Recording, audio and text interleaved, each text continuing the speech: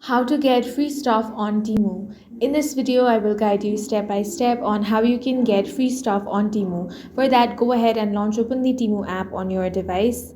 Now make sure to log into your account. Then you want to tap on the U icon at the bottom of your screen. From here, find the option Play and Earn. Select that. Now here you will be able to earn credits and get free gifts.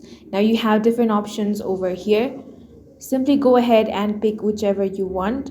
If you want some Thanksgiving gifts, then tap on the claim now option over here. Then all you have to do is follow the rules and then play the game.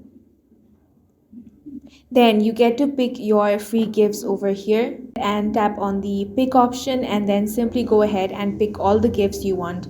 Now you might have to invite your friends or complete the task. All you want to do is tap on the rules option and here go through that, then follow the rules, and at the end, if you follow all of the rules and match the criteria, then you will get those free items. That's all for this video. If you found it useful, make sure to hit the like button and subscribe for more videos like this.